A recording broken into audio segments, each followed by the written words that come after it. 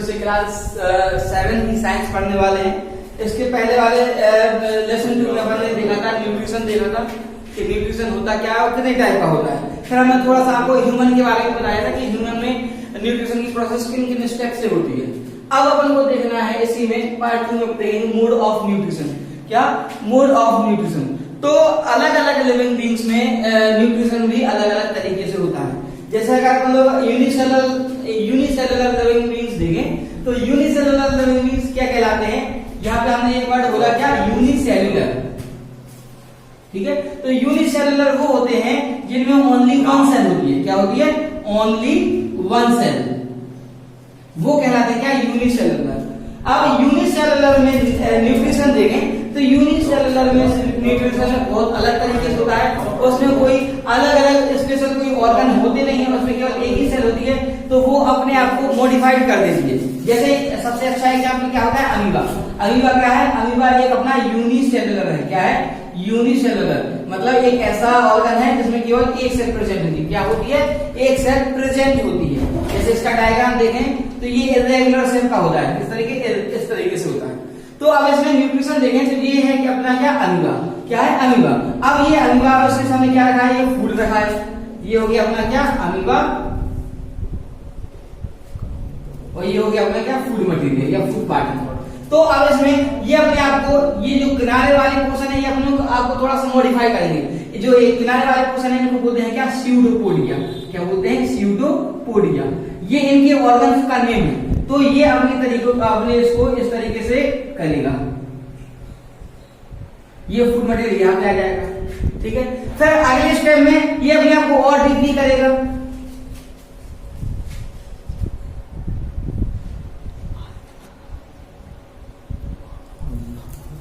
ये food material और अंदर आ गया। नेक्स्ट स्टेप में ये फूड मटेरियल पूरा अंदर आ जाता है। ये अंदर जैसे ये फूड मटेरियल अंदर आया तो जैसे ये अंदर आता है तो इसका डाइजेशन स्टार्ट हो जाएगा। डाइजेशन स्टार्ट होने के बाद इसमें कंप्लीट डाइजेस्ट हो जाएगा और जो मटेरियल बनेगा तो वो अपना बाहर आ जाएगा। अब ये जो प्रोसेस होती है वो किसमें? ऑस्मोसिस के थ्रू होती है। किसके थ्रू? ऑस्मोसिस। ऑस्मोसिस एक ऐसी प्रोसेस है जिसमें क्या होता है, हाई कॉन्सेंट्रेशन से पार्टिकल होते हैं वो लो कॉन्सेंट्रेशन में जाते हैं। क्या?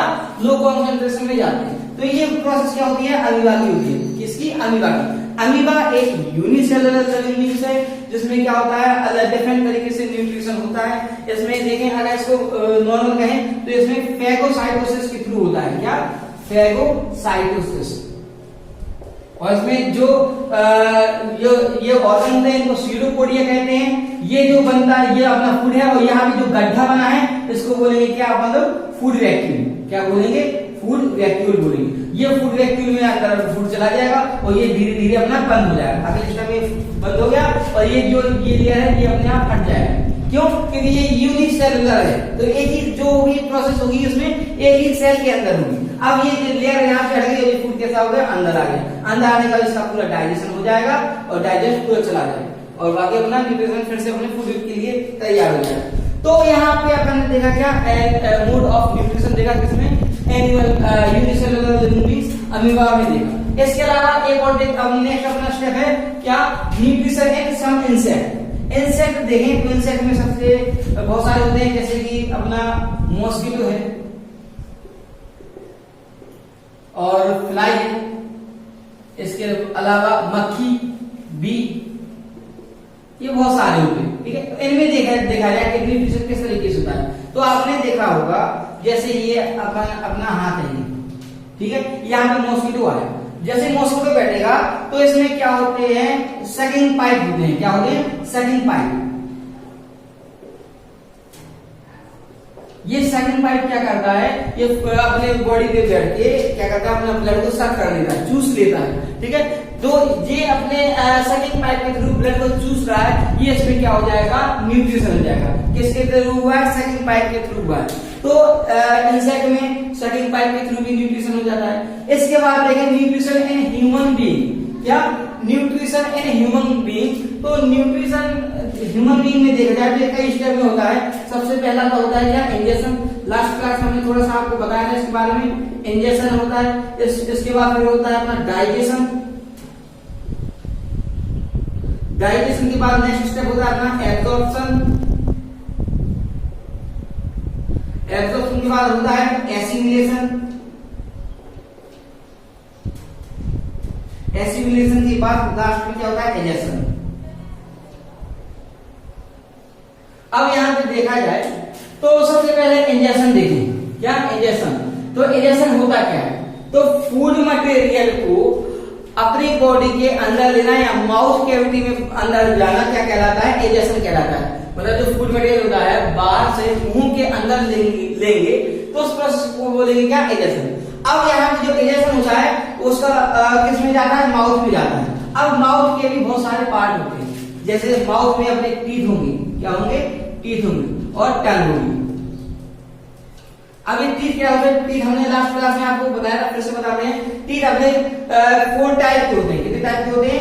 4 टाइप। इससे पहले जो टीथ हैं वो 2 तरीके के और होते हैं। एक तो होते हैं मिल्क टीथ और दूसरा होता है क्या? Permanent teeth.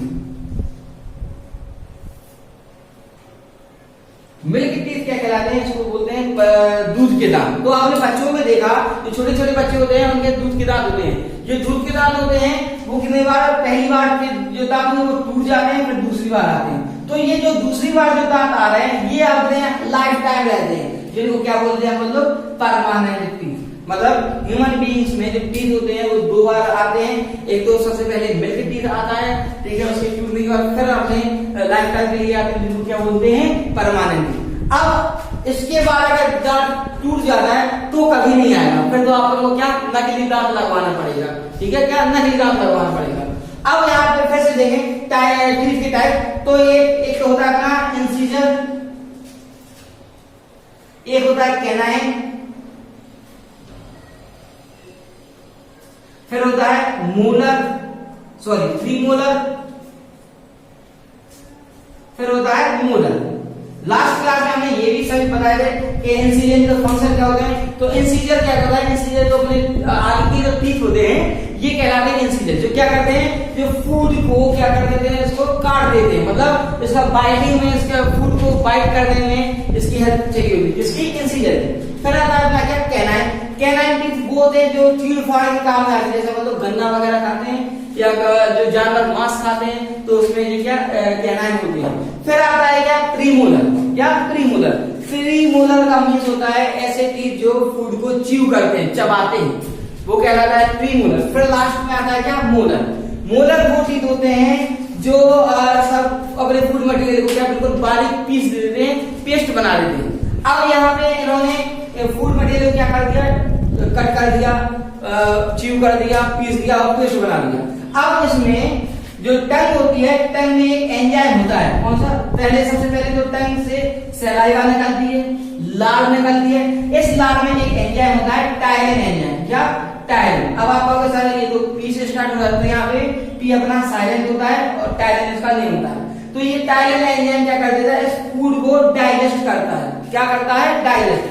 मतलब यहाँ पे एक स्टेप हमको इम्पोर्टेंट पता चलेगा कि जो ह्यूमन बीइंग्स है उनका डाइजेशन कहाँ से स्टार्ट होता है? तो उनका डाइजेशन मुंह से ही स्टार्ट हो जाता है। किसकी हेल्प से? टाइलिन एंजाइम की हेल्प से। किसकी हेल्प से? टाइलिन एंजाइम की हेल्प से। ये इन्होंने क्या कर दिया? टाइलिन एंजाइम आ गया और फूड मटेरियल को क्या कर दिया? डाइजेस्ट करना स्टार्ट कर दिया। अब ये फूड मटेरियल में सबसे जो हो गया। अब थोड़ा सा टंग के बीच में बारे में देखें कि टंग होती क्या है। तो टंग अपने इस तरीके से होती है, ये मसल्स की बनी होती है, ठीक है, मांस की बनी होती है। और जो जैसे कितने भाग होते हैं? 4 टाइप होती है। कितने? 4।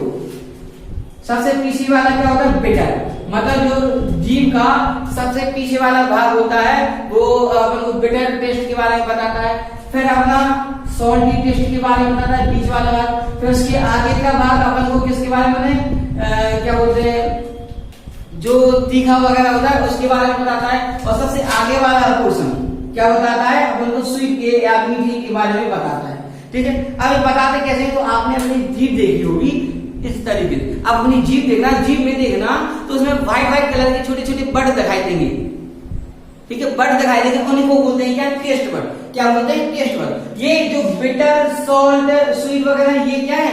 टेस्ट बड ही इनको बताते हैं कि किस तरीके से ये टेस्ट होता है। क्या मीठा है, खारा है, नमकीन है, तीखा, किस तरीके का। ठीक है। अब इसके बाद अपन ने ये देख लिया, अपने क्या अपना एजेशन की प्रोसेस देख ली। एजेशन के बाद फिर अपना फूड मटेरियल कहाँ पे आता है, ईसोफेगस में आता है। किसमें आता है, ईसोफेगस। यहाँ पे एक छोटा सा डायग्राम बना के देखें तो हो सकता है आपको और क्लियर हो जाए।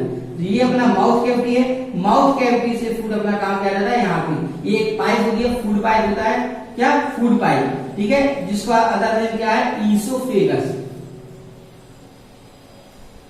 ये फूड मटेरियल यहाँ पे आया पेस्ट होते हुए, और ये कॉन्ट्रैक्शन और रिलैक्शन के थ्रू ये ऐसे करता हुआ फूड मटेरियल आगे आ जाता है। अब यहाँ पे जैसे आगे आगे कहाँ पे आ जाएगा, स्टमक में आ जाएगा। कहाँ पे आ जाएगा, स्टमक में। अब स्टमक में बहुत सारे एंजाइम होते हैं, और प्लस इसमें एक एसिड निकल रहा है, क्या, HCl, हाइड्रोक्लोरिक एसिड। ये हाइड्रोक्लोरिक एसिड इस फूड मटेरियल को और बिल्कुल ब्रेक डाउन कर देता है, और छोटे छोटे पार्ट में ब्रेक डाउन कर देता है, ठीक है, जिससे फूड और बिल्कुल पतला हो जाता है, जिससे अपनी इंटेस्टाइन में आ पाए, ठीक है। अब यहाँ पे इंटेस्टाइन हमने बताया थी कि दो तरीके की होती है, एक तो स्मॉल इंटेस्टाइन होती है, एक लार्ज इंटेस्टाइन होती है। जो स्मॉल इंटेस्टाइन होती है उसकी लेंथ ज्यादा होती है, लेकिन वो उसकी ब्रेथ या चौड़ाई वो कम होती है। ये 6 मीटर लॉन्ग होती है। इसके बाद आती है लार्ज इंटेस्टाइन, और उसका नेम लार्ज इंटेस्टाइन है, लेकिन ये छोटी होती है, बट इसकी ब्रेथ या इसकी जो चौड़ाई है वो ज्यादा होती है, ठीक है, वो 2 मीटर के समथिंग होती है। तो यहाँ पे फूड मटेरियल अपना इंटेस्टाइन में आएगा। इंटेस्टाइन के 3 पार्ट मिलते हैं हमें, कितने, 3 पार्ट।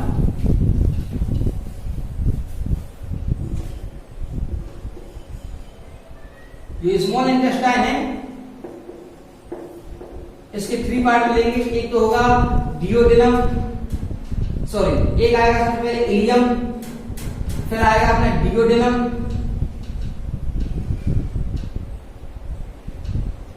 फिर आएगा अपना जिजिनम। ये फूड मटेरियल सबसे पहले इलियम में आता है। इलियम में क्या होते हैं, छोटे छोटे फिल्टर लाइक स्ट्रक्चर होते हैं, ठीक है, जिनको क्या कहते हैं, विली कहते हैं। क्या कहते हैं, विली। ये विली क्या करते हैं, इस फूड को और ज्यादा वो डाइजेस्ट करने में हेल्प करवाते हैं, और उसमें एब्जॉर्ब कर देते हैं, ठीक है।